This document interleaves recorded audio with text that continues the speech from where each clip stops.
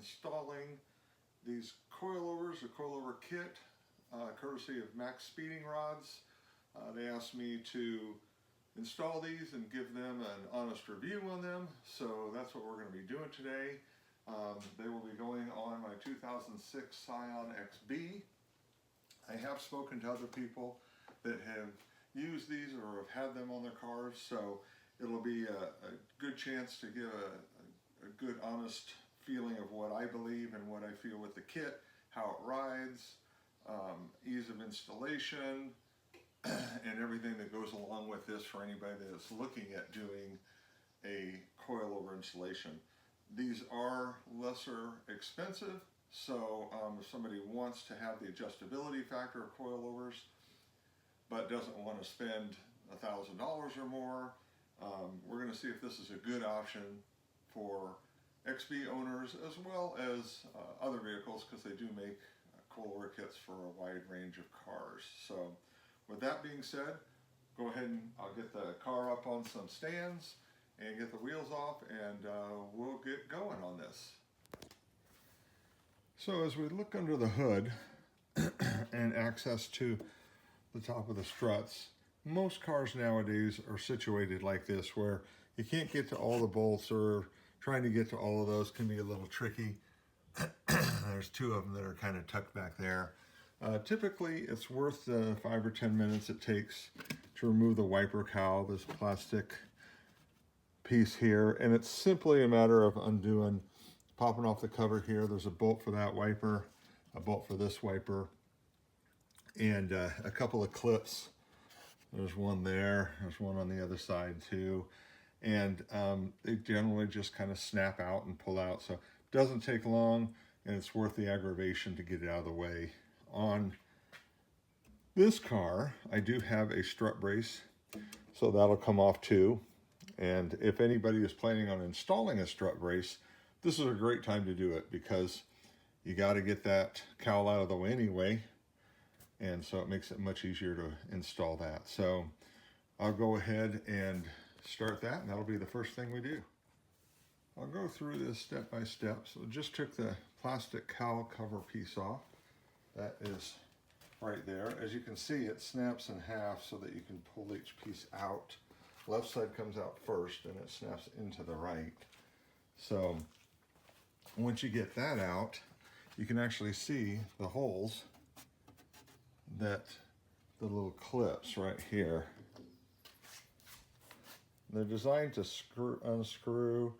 If they don't unscrew, I just use some leverage from a screwdriver underneath to kind of push it up and then be able to pop it out. So relatively simple. So now we just there's 3 bolts that hold the wiper motor in, and then we can get it to all the small bolts underneath.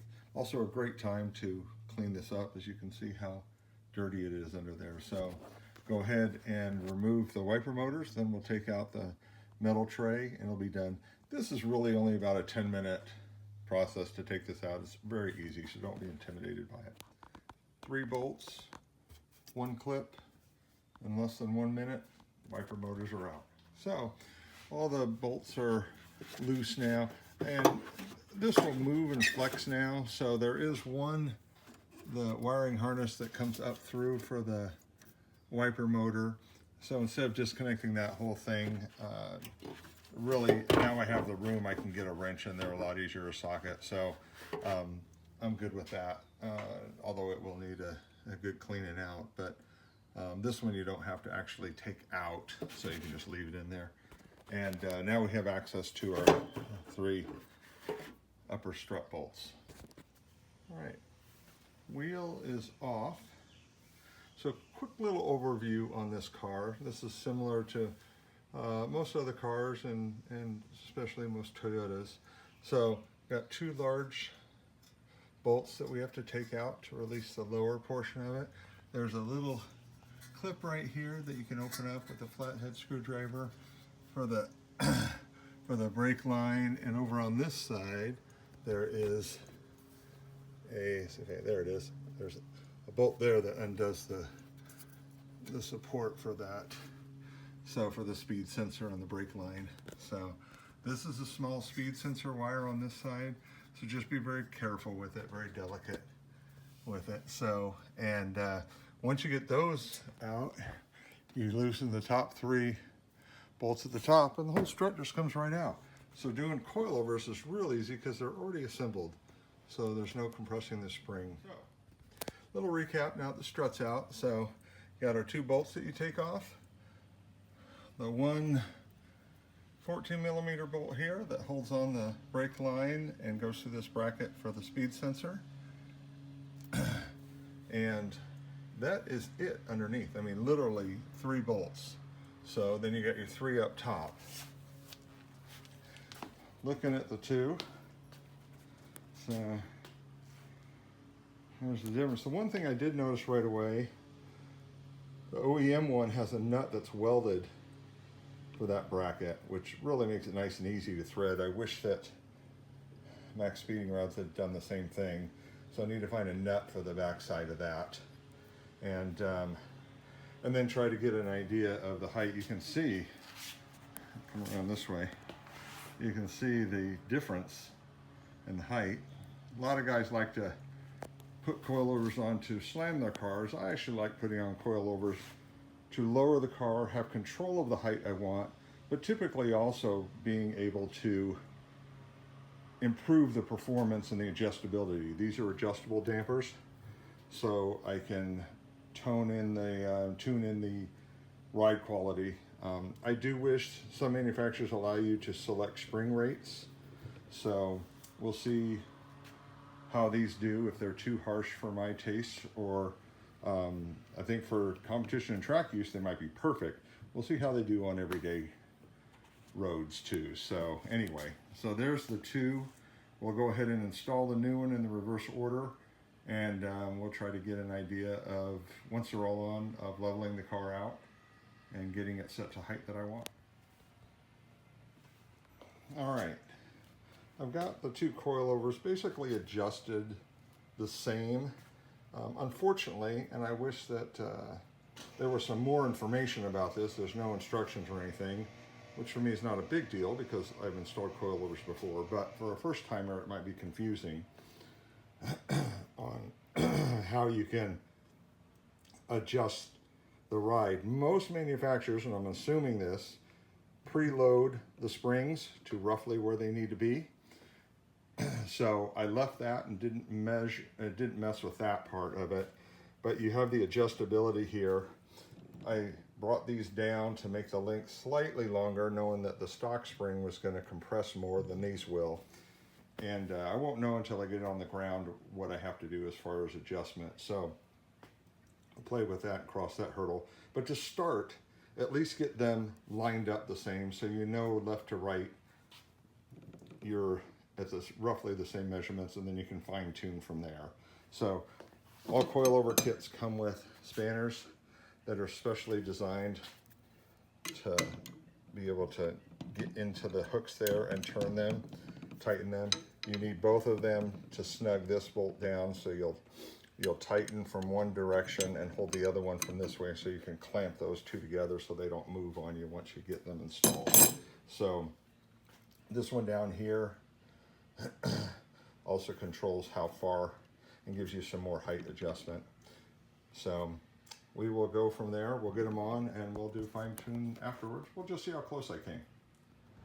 So one other thing that I noticed when I was just putting in the first coilover is that it doesn't have a hole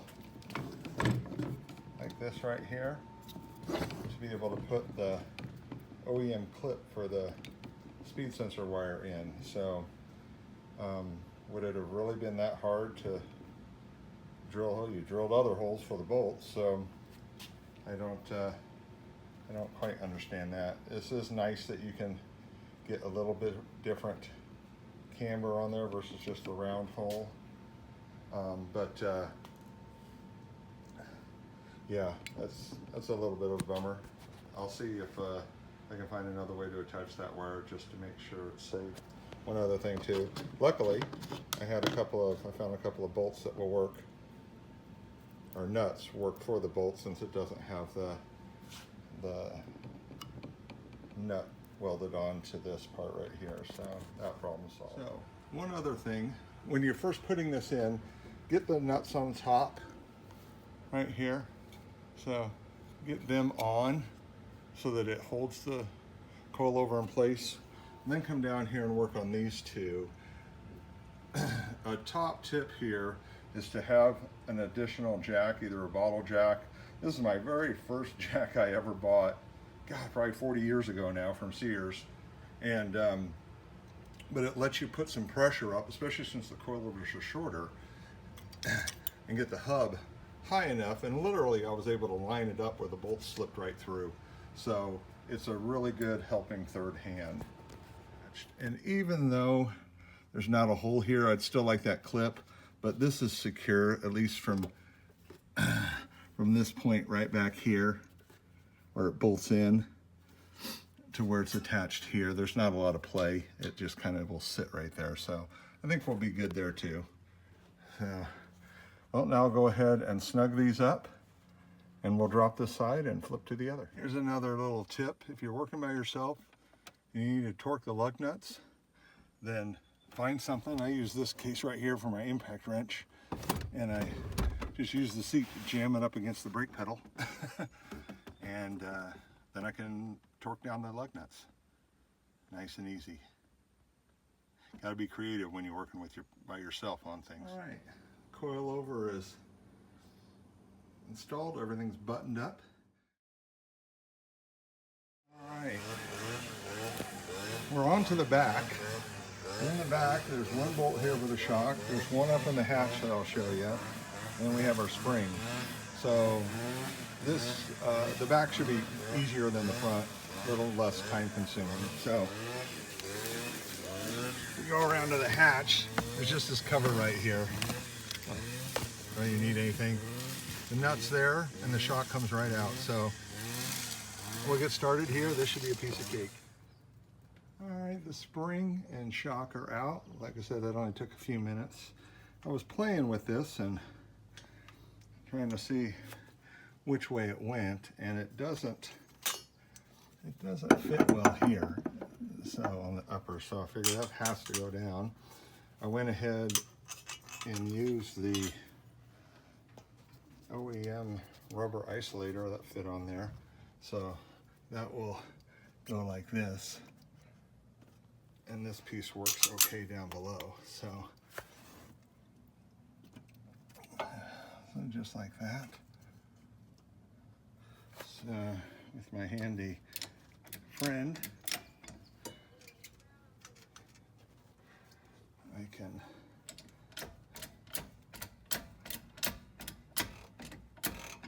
put pressure on that. There we go. So that's in. I put it all the way low with the piece there, and then to adjust it, then I'll just up from there. I just let the jack off, and I used it to help line up the shock. So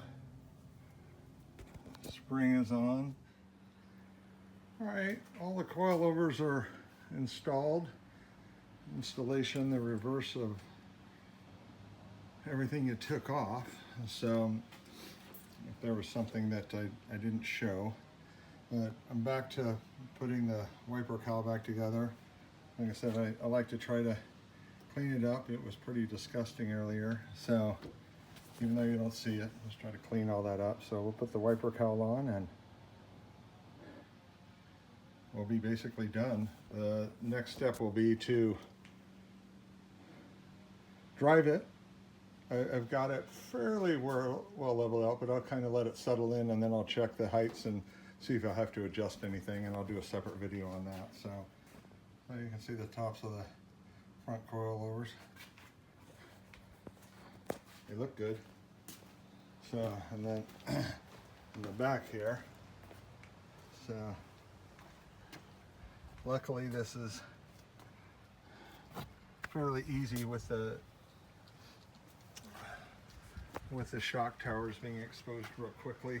So one little thing that I will let everybody know though is just as a tip, do not attach either one of the rear shocks at all until you get both springs in.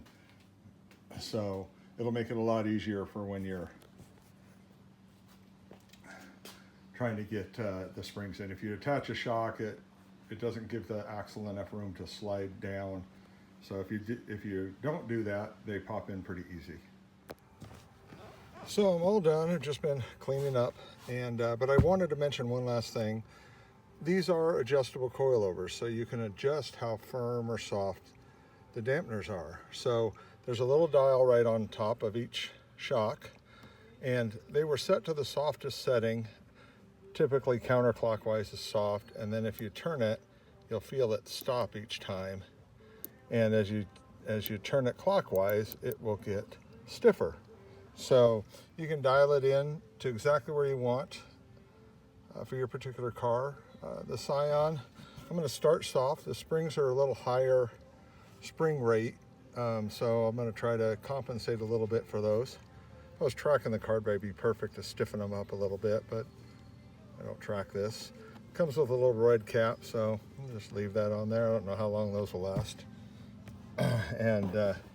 So that is a quick thing on how you adjust the shock portion, the dampener portion of it. So the only other issue that I had during installation really was on the right front.